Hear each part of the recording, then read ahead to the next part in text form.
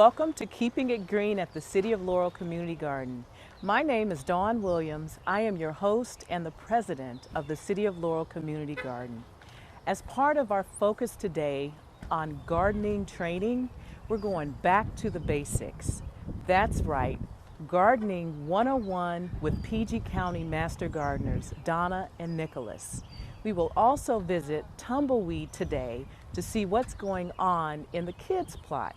We're also going to stop by the PG County Herb Society's plot.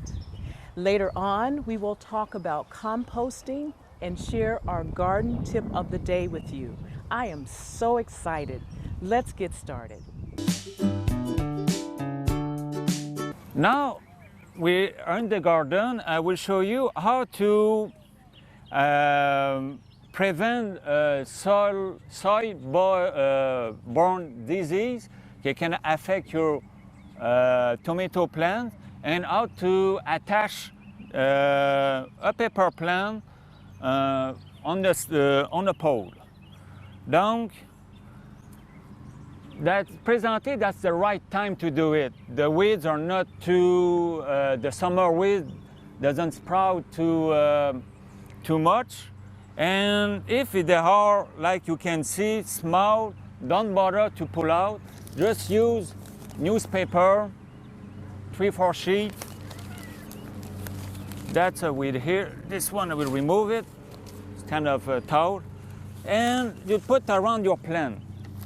Make sure to give a space 1-2 inches around it.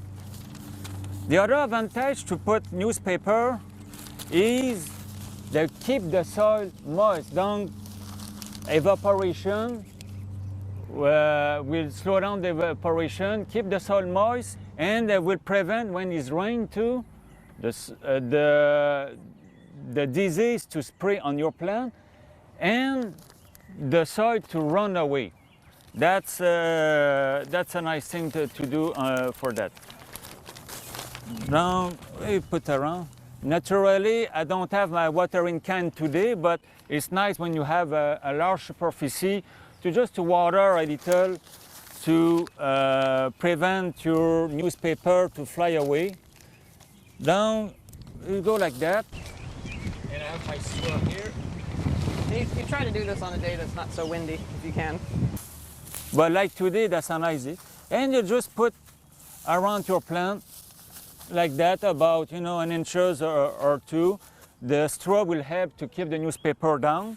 You can use grass clipping, compost, but the straw, the advantage is will last until out summer and the fall, and really works.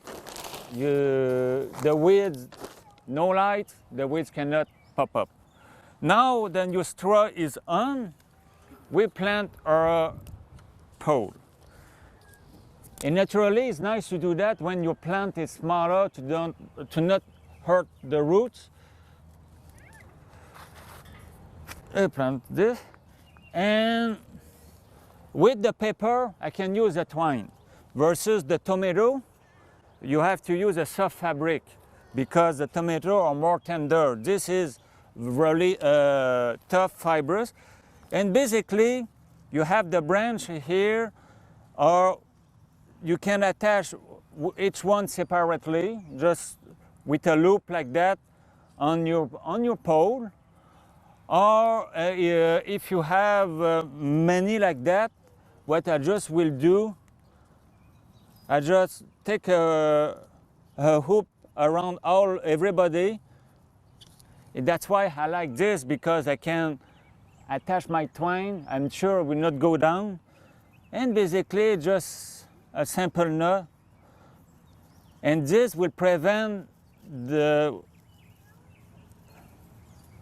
the branch when will be heavy in fruit, to break down. Don't have something to support.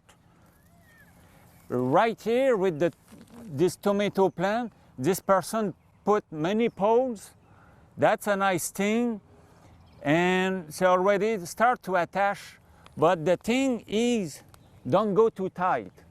They look like small here, but they can grow 1/2 inches in diameter. Donc, make sure is not too tight. And to avoid this to slip down, attach first, and after that, just attach your branch and give some loose to be able to grow up. And voila, you just attach your tomato plant and your pepper plant. Now we will look at a problem will happen this summer when the temperature will be warm and dry. With the pepper plant, the beans plant. That's the beans. Presently they look nice, but when the temperature will be warmer, you will start to see some discoloration. And if you will look under, hello you have already somebody, a visitor here. Right here. Oh, yeah, well, that's an aphid. Aphid. Yeah, okay. But Yep. you will see some tiny dots. I already start to have some here. It's like a point in your newspaper. Very small. Very small. These are called spider mite. And the way to keep these guys away from your plant, because basically they just suck the life out of the leaf, is to spray with water under the plant.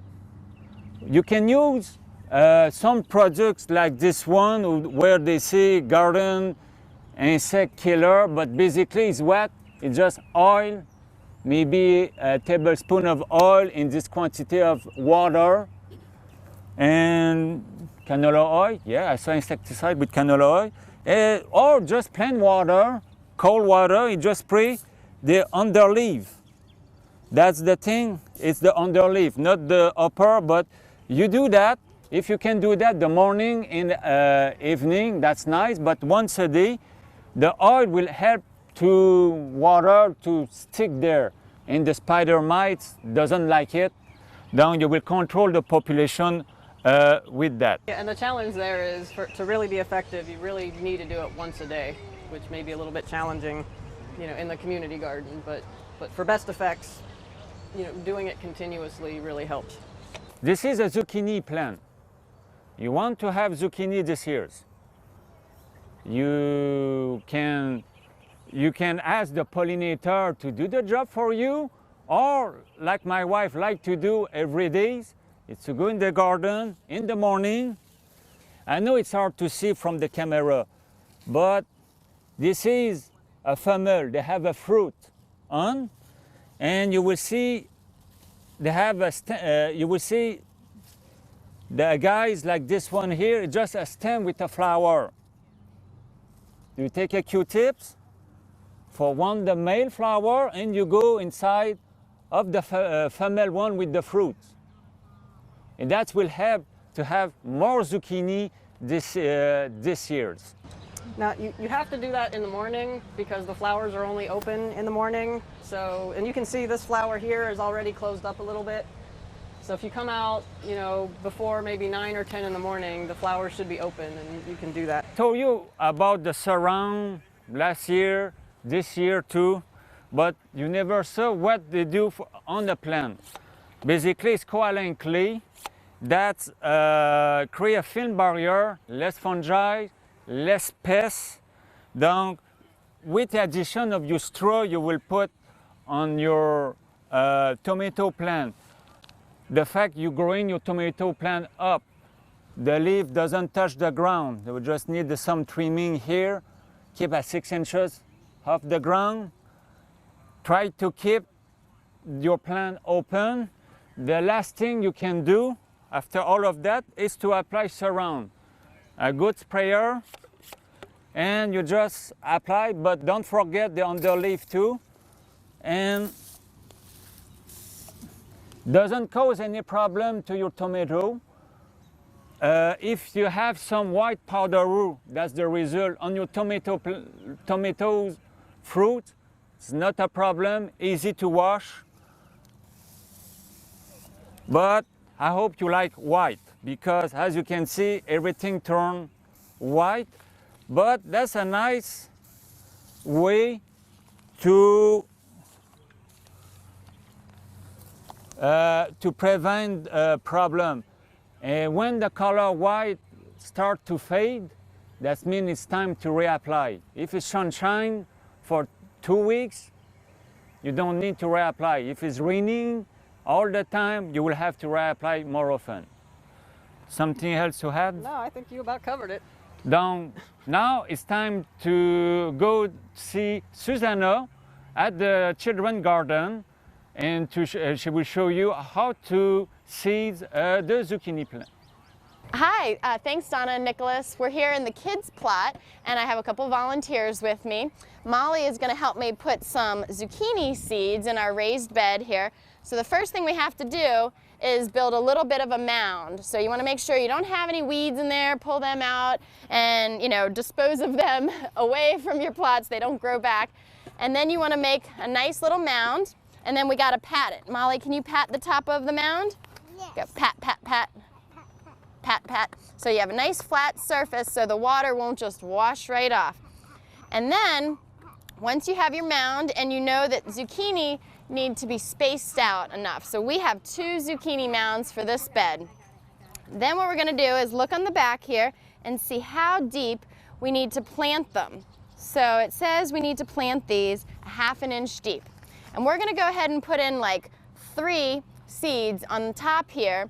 And then when they come up, we'll pick the best 1 or 2 to let continue to grow. But if one of them doesn't look so good, it's okay. We got 2 to cover us. So first you put them in your hand so you don't drop them because some seeds are much smaller. These happen to be a decent size. And then we're going to put 3 seeds in a triangle, Molly. Can you do that? Yeah. Okay. You want to take your glove off? Yeah. Okay. Sometimes it's easier to do without gloves. So you got to make 3 seeds. Can you help you? Yeah. Okay. And then we're going to push it in the ground. Put one there. And then you can use your finger and you can poke it in the ground. Yeah. There you go, poke it in. And then you cover it back up so it's a 1/2 inch deep. And then now we need to do over here. Okay, you want to poke it in? Yeah. Okay. Poke. There we go, great. So once you get these in, then you want to make sure you water them right away. Pat, pat, pat. And if you want, you can also plant some other things in between your mounds, like radishes that come up very quickly, or you could put some grass clippings or something to prevent weeds from growing in the meantime. Now we're going to go talk to our friends Gabrielle and Ben over here. They're going to do some more planting in different types of containers. So they are planting some flower seeds, and these types of flowers are great companion plants to vegetable gardening because they attract some of the beneficial insects and birds and things that we want to come help make our garden grow. So she's using an egg carton that we have at home and she's filling it with soil. Mom, Wait, just wait a minute, please, Ben. Okay. Thank you. And so these seeds need to go a 1/2 inch deep. So we want to really get that soil in there nice and high because once you water it, it's going to get compacted anyway.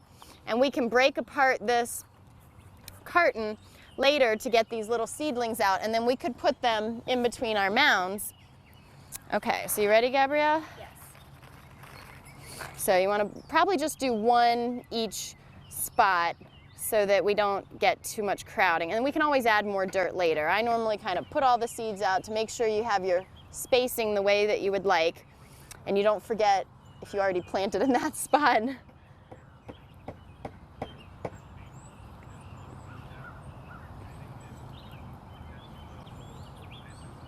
Do kids have a favorite vegetable? What's your favorite vegetable? I like. You like to eat basil in the garden? Yeah, and green beans? Probably asparagus. Asparagus. Mm. Oh, I see. You found a worm. Yeah.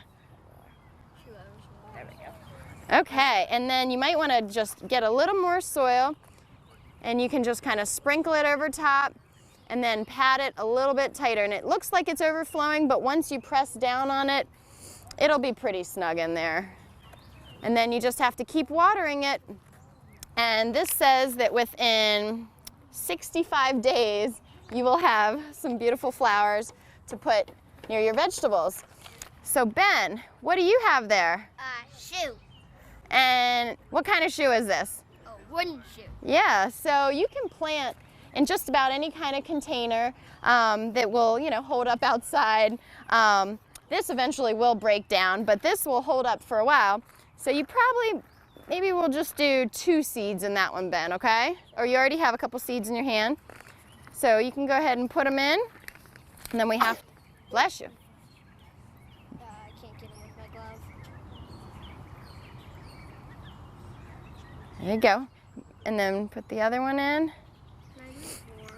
I think we only need 2, because if you put too many in, then sometimes they get too crowded and they won't grow as big. Okay, now we got to put some more soil on top. I'll take the extras and we'll put them in here, and we can reuse them for future seasons of gardening. There you go. There too.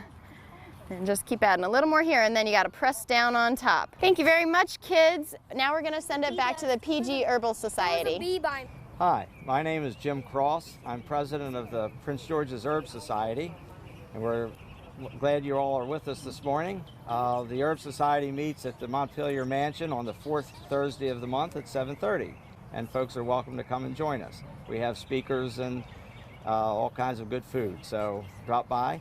I'd like to introduce Andrew Pengelly and Kat Bennett. They're going to be talking today about our herb garden. We have a demonstration garden here in the community garden for people to learn more about herbs. So I'll turn it over to Andrew. Thank you, Jim. Good morning, viewers, and welcome to the demonstration garden. And this is a garden we sometimes call the grow your own home medicine chest. And so all the plants we have growing here either have uses as medicinal plants or as culinary plants. And in many cases you can use them for both, so they're both foods and medicines. So we'll just start straight off showing you some of the main herbs that we have here, and then in a couple of minutes she's got a little team here and she's going to demonstrate some of the children activities that you can also incorporate into such a demonstration garden. So let's start right here at the beginning. So the first thing that you see growing here is a peppermint. And peppermint, as you would know, is very, very fragrant, and it makes a delicious herbal tea. And so the only thing you have to be careful with peppermint is it is a mint, and like all mints, it will want to take over your whole garden bed. So we spend more time probably pulling out mints than anything else in this garden. So that is your peppermint. Now, what you might notice, if the camera can pick it up, is we've got 2 layers, 2 tiered garden beds here. And so the higher bed over here that we've got the gravel and so on, we've got our herbs on there that need really good drainage, and these are particularly the Mediterranean type herbs. And so you can see some lavender there, some thyme, some rosemary and sage. So we've had a lot of heavy rain lately, and some of these plants have died back a little bit because they don't like the heavy rain, but they've got the good drainage, so they will survive very well. And we also have thyme growing here. So plants like sage and thyme, they look pretty in the garden. You can make teas, herbal teas. You can use them in cooking, and they also have medicinal qualities. So for example, the thyme and sage we can mix together and make a nice throat gargle or a mouth gargle. In addition, we have here some echinacea, also known as the purple coneflower. So a lot of people in the area just grow these ornamentally because they look really pretty and they grow all through the summer. And they're also good medicine for helping to relieve symptoms of coughs and colds. And you can use all parts of the plant. And so that's one of our special plants in the garden. Here it hasn't quite flowered yet, but this is the marshmallow. A lot of people are familiar with s'mores and marshmallow candies, but this is the true marshmallow, and the root of it you can actually use as medicine, like you can make up a cough syrup, and it's also quite sweet, so you can actually use it for candy. I wanted to show you this spectacular one here, and this is the angelica. Now the angelica root is good medicine. The stems are edible. You can cook them with sweet things, and you can candy them as well. So they have a lot of uses, and this is an interesting one because these little seed areas are being infested with aphids, and as you know, aphids sap the juice out of plants, but we've also got ladybugs on here as well that are helping to clear up the aphids. So we've got a good little ecosystem going there. So at this point I'm going to hand over to Kat and her little team of helpers here, and they're going to tell you something about children activities. So we welcome anyone to come to bring your children here. This is a great touch place, a feel place, and there's a lot of things that you can do, especially if you want to teach your children about herbs. So I ask you guys, what herb do you think tastes like candy canes? I think it was mint because you use mint and mint is minty and candy canes are minty. So. That's right. So we have mint growing right here that tastes like candy canes. Do you know any of these plants that would taste like licorice? I think maybe. So that would be our fennel. So you guys pass this around and tell me if you think it tastes like licorice. And We can eat it? yes, and people can come here and actually have their children, smell the herbs. I wouldn't eat everything. So we have another one here, and it tastes like, can you branch me anything? Well, marshmallow, no, this one doesn't taste quite like marshmallow, but you can make a marshmallow syrup on it that does taste a little bit like marshmallow. It's the lovage. Lovage? Yeah, not the little one, yeah. Can you cook the leaves? From marshmallow? No. So tell me what this smells like. Marshmallow. No, this one. What's this one smell like? Anybody? Oh. Smell familiar? It smells like something, I just don't know what Celery! Oh yeah. So lovage smells a lot like celery. Now I have a question for you. It's not so much here, but angelic is actually one of the tallest herbs you can grow. This can grow, if it's happy, to 10 feet tall. Can you imagine an herb growing that tall? It's even taller than my dad. Yeah. And then we have an herb here too. See the little yellow guy down there? Do you know what that is? Has anybody ever read Peter Rabbit? Yes. The story Peter Rabbit? And what kind of tea do they drink at the end of the story? What is that? Chamomile. And that is chamomile tea, and that's a great tea for children. So you're welcome to take some of that. Thank you for your time, Andrew. Thanks, Kat. Thanks for all your helpers, and we hope you learned something from that, and we welcome you all to come down to the Laurel Community Garden. This is here as a demonstration for the community, so you can all come and you can all pick a few leaves while you're here and help with the garden, and thank you very much for sharing the time with us. Laurel, Maryland's outdoor pleasures can be found in its acres of parkland or on a lake. This is my Laurel. Where a legacy of service to others rises from the ashes of a downtown fire and sparks a renewed sense of community. This is my Laurel. Where the people and the leaders work together for progress. This is my Laurel. For all things Laurel, tune in to Laurel TV. Turn your power on. Hi, my name is Judy and I'm a member of the Laurel Community Garden. I have been since inception, and I'm going to introduce our compost program to you. Composting is as simple as recycling in your home. The only difference is, as opposed to recycling plastics and cans, you utilize everything else that pretty much is produced in your kitchen, and that would include, you want to work with greens and browns, and information on both can be found online. And you're able to throw, you'll see we have signs that remind people what should be tossed into the compost bin. And what happens is you throw banana peels, orange peels, eggshells, and then you want to layer it like a lasagna, and you want it to include sticks to allow aeration of the compost for the deterioration. A happy compost bin is one that has tons of worms. If your compost bin smells like a trash can, then you're not doing it properly. Then you need to mix your balance of either greens or browns.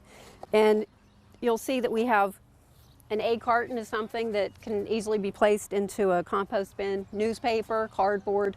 It's amazing how quickly the worms and the insects will break it down. And you'll want to stir it throughout the process. Depends on the temperature and the rain.